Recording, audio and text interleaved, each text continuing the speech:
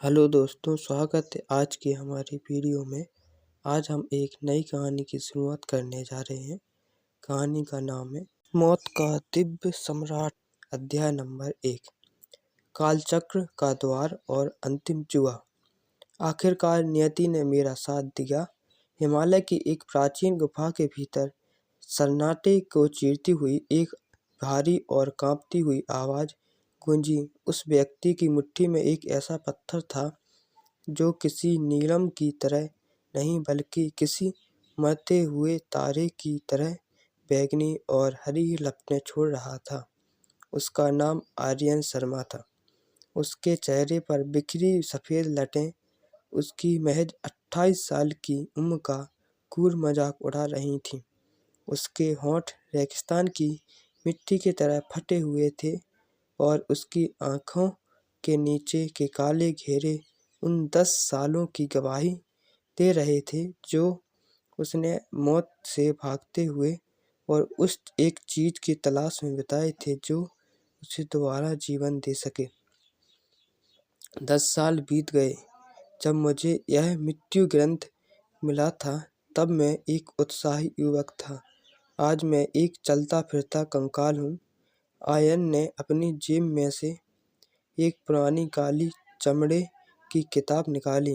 यह कोई साधारण डायरी नहीं थी, यह मृत्यु बुक थी।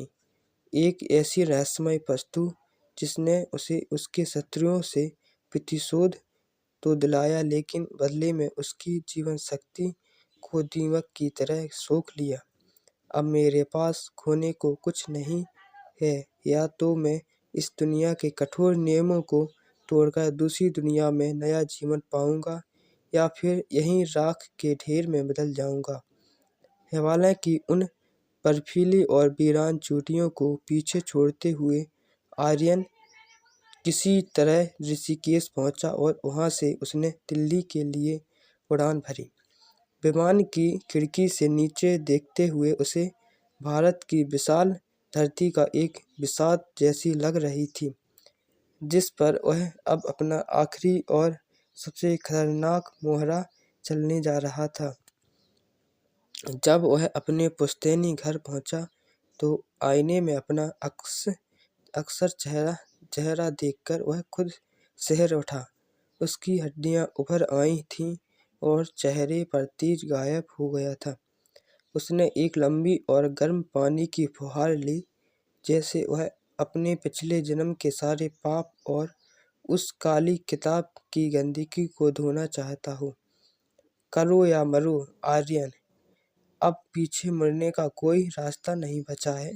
उसने अपने घर को 3 मजबूत ताले लगाए ताकि पड़ोसियों को लगे कि वह फिर भी किसी तीर्थ यात्रा पर निकल गया है, जबकि असलियत में वह इस ब्रह्मांड के नक्शे से ही अपना अस्तित्व मिटाने की तैयारी कर चुका था। मध्य भारत के विंध्याचल जंगलों के बीच एक ऐसा शिव मंदिर था जिसके बारे में स्थानीय लोग बात करने से भी कतराते थे। उसे अघोरी द्वार के नाम से जानते थे। जब आर्यन वहां पहुंचा तो सूरज डूब रहा था और मंदिर की प्राचीन नक्काशी ढलती रोशनी में और भी भयानक लग रही थी। मंदिर का प्रांगण एकदम साफ सुथरा देखकर वह ठिठक गया। इतनी सफाई, यहाँ कोई आता है क्या? आर्यन अभी भी बुदबुदा ही रहा था कि अंधेरे में एक आवाज गूंजी, ए भाई, कौन है बे तू? यहाँ क्या कर रहा है? टॉर्च की रोशनी एक फटी जीन्स पहने और हाथ में डंडा लिए 22-23 साल के लड़के पर पड़ी, जिसका नाम ईशान था। मैं बस एक मुसाफिर हूँ, यहाँ रात गुजारने की सोच रहा था। आर्यन ने अपनी कमजोर आवाज को समेटा। मुसाफिर भाई, यह महाकाल ट्रस्ट की जगह है। उन्होंने पिछले महीने इसे खरीदा है। यहाँ भूत का चक्कर है, इसलिए मैं यहाँ चौकीदार करता हूँ। सुबह होते ही खिसक लेना यहाँ से, वरना बड़े साहब लोग पुलिस बुला लेंगे। ईशान ने चेतावनी देते हुए एक बीड़ी सुलगा ली। आर्यन ने खामोशी से सिर हिलाया और अपने टेंट में चला गया, लेकिन उसकी सतर्क आंखें ईशान पर ही टिकी थीं। आधी रात को चौकीदारी और महाकाल ट्रस्ट जैसे शक्तिशाली संगठन का इस सुनसान खंडहर में क्या काम? उसे समझ आ गया कि वह सही जगह पर है। जैसे ही ईशान अपनी गश्त पूरी कर दूर गया, आर्यन बिल्ली की तरह दबे पांव मुख्य गर्भगृह में घुस गया। उसने शिवलिंग के पीछे वाली ठंडी दीवार को टटोला और अचानक उसके हाथ एक पुराने लोहे के रिंग पर पड़ी। एक भारी पत्थर के सरकने की आवाज आई। नीचे की ओर जाती सीढ़ियां दिखाई दी। नीचे का वातावरण इतना ठंडा था कि आर्यन के फेफड़े जमने लगे। नीचे पहुंचते ही उसे एक विशाल हॉल मिला, जिसके बीचों बीच फर्श पर एक विशाल आंख का यंत्र बना था। यही है शून्य द्वार। आर्यन ने देखा कि यंत्र के चारों ओर आधुनिक बैटरियां और केबल जुड़े हुए थे, जिसका मतलब था कि ट्रस्ट के लोग इसे वर्षों से ऊर्जा दे रहे हैं। उसने अपनी जेब से पुनर्जन्म मणि निकाली और उसे यंत्र के केंद्र में स्थापित कर दिया। पूरा हॉल एक दिव्य नीली रोशनी से जगमगा उठा। अब वक्त था सबसे जोखिम भरे काम का।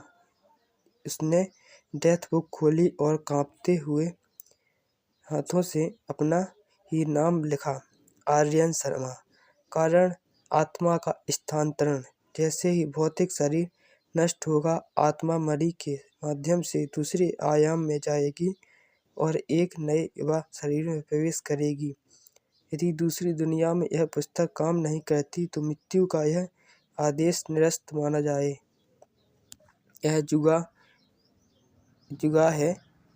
अगर मृत्यु ग्रंथ वहाँ भी काम कर रहा गया तो मैं नया शरीर पाते ही फिर मर जाऊंगा। पर अगर वह वहाँ बेअसर रहा तो मुझे एक नई जिंदगी मिलेगी। आर्यन ने भारी लीवर खींचा। अचानक हवा का दबाव इतना बढ़ गया कि उसके कान में पर्दे फटने लगे। जमीन में एक काला पोर्टल उभर आया। उसका शरीर उस भयानक खिंचाव को बर्दाश्त नहीं कर पाया। उसकी खाल उधड़ने लगी और हड्डियां चटकने लगीं। असहनीय पीड़ा में वह चीखा, लेकिन उसकी आवाज गले में ही दब गई। पलक झपकते ही उसका भौतिक शरीर राख बनकर बिखर गया। उसकी आत्मा एक चमकते हुए गोले के रूप में पुनर्जन्म मणि के भीतर समा गई। जैसे ही मणि का पोर्टल में कूदी, मृत्यु ग्रंथ भी दबाव के कारण टुकड़ों में बिखर कर धूल में मिल गया। कुछ ही मिनटों बाद मंदिर के बाहर महंगी गाड़ियों का काफिला रुका। महाकाल ट्रस्ट का मुख्य तांत्रिक रुद्र प्रताप पागलों की तरह अंदर भागा, लेकिन वहां केवल खाली धुआं बचा था। नहीं, द्वार सक्रिय हो गया। कौन था वह? उसने दहाड़ मारी। तभी उसका एक चेला भागता हुआ आया। गुरुजी, अनर्थ हो गया। वह पहरेदार ईशान, वह आपकी बेटी के साथ मंदिर के पीछे झाड़ियों में बहुत ही आपत्तिजनक स्थिति में पकड़ा गया है। रुद्र प्रताप का चेहरा पहले लाल और फिर नीला पड़ गया। इस गुप्त और पवित्र अभियान के दौरान अपनी ही बेटी का ऐसा विश्वासघात वह सह नहीं पाया। उसने मुंह मारकर खून थूका और वहीं जमीन पर ढेर हो गया। उधर ब्रह्मांड की अनंत गहराइयों में आर्यन की आत्मा एक नई दुनिया की ओर बढ़ रही थी।